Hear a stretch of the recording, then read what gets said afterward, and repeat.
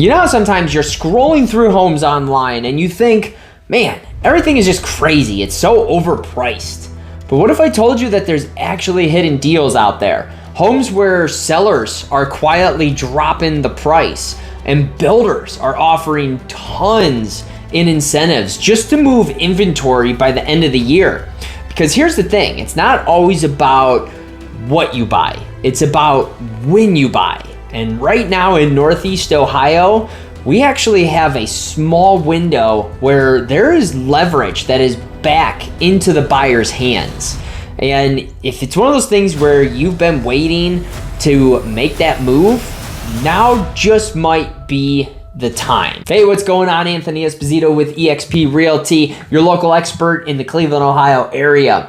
And buying a home, it's just the same as selling a home in the fact that you need a strategic approach no matter what the market is. Now, if you want complete clarity from start to finish, just to help you out, I have an amazing buyer's guide that a lot of people are really enjoying. All you got to do to get that for free is just drop a comment below saying buyer's guide and let me know a key takeaway from the video. And if you want to take it a step further, I have people just like you that reach out to me every single week to help them through the buying and selling process and develop that strategic approach. Contact me directly here. I'm happy to help you out as well. So here's what's happening in Northeast Ohio right now. The rates are still 6.5%. They're really not budging. They came down and then they, went up after the Fed raised it. But, we've had months of rising prices on the homes themselves. So it's kind of making it a little bit more difficult. Yes, some areas have lowered. It's a very hyper local situation when it comes to the housing market. But we're starting to finally see homes that are sitting a little bit longer. Overall, it's anywhere from like 30 to 45 days. But again, it's hyper local. Some cities are like 7 days, 10 days, 14 days. But overall, as far as Northeast Ohio is concerned, it's 30 to 45 days. And when homes sit that long, sellers start to get a little anxious, especially when they are past that average days on market. They've already picked the next place or they've already moved. And now they have a vacant home that they're paying for that's just sitting and it's not going anywhere. And the rates have stayed the same, obviously. And they realize, oh, we need to make a move. And that's your cue right there. That is a big sign that plasters out, hey, here is some negotiating power. Because that shift of I want to sell to I need to sell, that is where that negotiating really amps up and kicks into place, and it becomes more in your favor as a buyer. So those best opportunities that you're going to find are the ones that aren't from, just the price. They're from the homes that are sitting for the average days on market and even beyond. So where exactly do you need to look? Look at the stale listings. If you see a house that is on the market for 50 plus days, some of them are 90 days, 100 days, it doesn't mean something's wrong with the house. A lot of times it could just be it's overpriced, or maybe there is something wrong with the house, but the majority of the time it's overpriced. Those homes that are stale, that have been sitting, that is where your negotiating power just becomes tremendous. There could be concessions you can negotiate. You can negotiate your agent's commission fees. You can get, allowances, whether it's for paint or carpet. Don't just write off a home if you get into the market and you see it's been on the market for like 90 days, 100 days. Doesn't mean anything's wrong with it, but it really opens up the possibility to get more negotiating and get one of those excellent deals. Now, the next thing you want to look at too is the builder incentives that are out there of what they have going on. And it's not just the chain builders like Pulte and Dries. Custom builders are putting incentives out there as well. And right now, a lot of them, they're still holding steady on their pricing and they have tremendous incentives. But there is talks as we go in further, and it happens as interest rates start to lower. That's going to create a bigger demand for the builders. which means they're going to end up raising their prices on the homes, unfortunately. But right now they're giving out tremendous deals, especially if you find like a community and they have a spec home. Those always have some of the best deals sitting on them for like a 30-year fixed rate. Some builders are giving away $20,000, $30,000, $40,000 potentially in options or upgrades. Some of them have like a 4.99 interest rate that is on it for a fixed interest rate. There is a ton that they're giving out. So yes, it may seem like it's out of reach or it's super expensive in the beginning, but with all the incentives that they're giving and it being a brand new house and your potential to buy down the rate, let's say like a $600,000 house, it might be the same at the end of the day as like a $450,000 or $500,000 house. So keep that in mind with the builders. And then you got to look for the motivated sellers. Like, is there anybody who's relocating? That's a huge one because they have to sell and they got to sell pretty quick.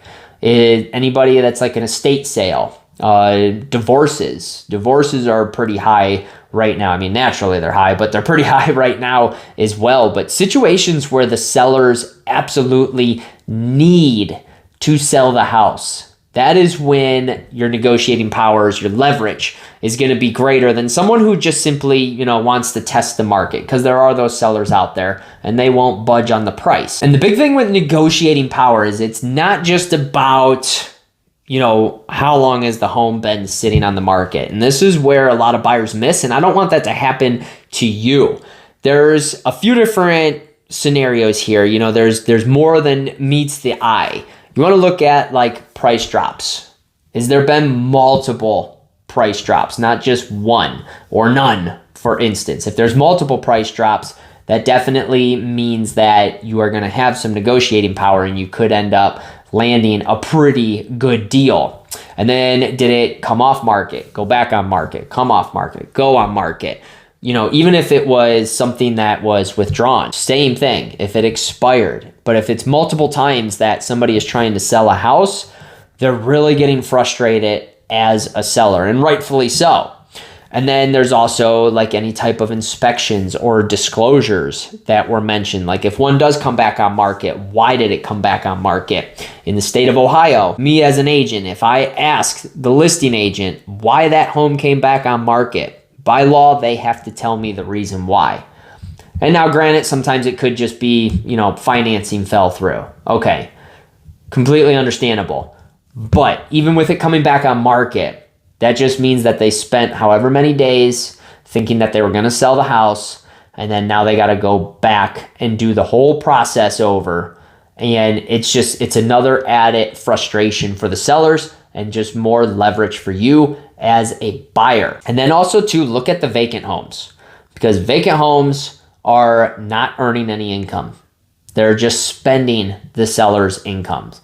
So the longer the house has been vacant, the more they're going to be willing to just get rid of the thing, because they're either they're paying a mortgage on 2 homes, or they're just simply paying to run like the heat, especially now that we're getting into winter, or the AC, whatever it is, paying property taxes. They're paying for a house that they're not in, plain and simple. And that's going to give you that much more negotiating power as well. But once you find out what their motivation level is, that's going to determine the amount of power that you have.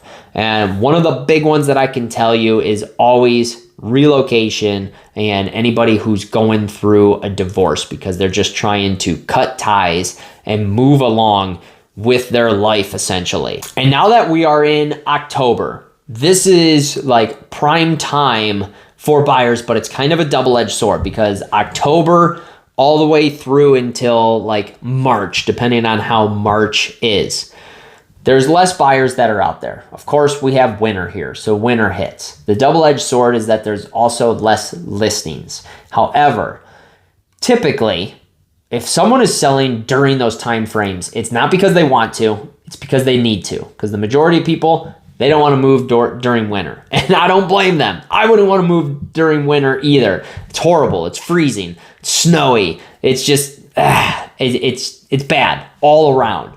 But I do understand that you have way more negotiating power during those months as a buyer, because you also have less buyers that are going into it. And that's just typically how it goes. Now it gets really slow, obviously, around Christmas, but even still, like any homes that are for sale during that time frame, those are sellers that need to sell whatever the reason is. So from like October until March, you have less competition. You have more willingness from sellers to negotiate, to, you know, help you out some way, somehow with purchasing a house. And a lot of times you could end up getting below list for your offer price simply because of the time of the year and then supply and demand. So here's a few steps to take to basically get everything ready so then it's to your advantage. Obviously, get an agent that knows the numbers. Get an agent that is going to help you out first and foremost. And I say an agent first and foremost because we have great relationships with local lenders wherever you may be, and we can kind of give you a few different lenders that we feel is going to be a good fit for you. And then get that pre-approval in hand. Have it ready to go, because even during these winter months that are coming up, you know, no matter what time of year it is anymore, you got to have the pre-approval in hand when you put an offer in. Every seller wants to see it. Every agent is advising their sellers, make sure it's a pre-approval. And some agents, such as myself, I even call the lender and I make sure that the buyer is like set, ready to go, like it's all good, because you do have those situations where financing does fall through in the long run, and it's a frustrating feeling for all parties involved. And then you also want to act fast still when the right property comes. Don't really sit on it, because you never know when someone's going to come through, look at a house, put an offer in, and you're debating. I get it. It's a huge decision, and you need to be comfortable, and I want you to be comfortable with the decision that you're making. But just don't expect that you have days on end to think of, you know, do we want to put an offer in on the house? Because it might not, you know, actually be on the market by then. All it takes is one person to come through, they put an offer in, and it's gone. Now, again, don't rush through it. Make sure you're comfortable with every little aspect of it. Even talk to your lender and have them run numbers so you know what it's actually going to cost you per month, so you're ready to go.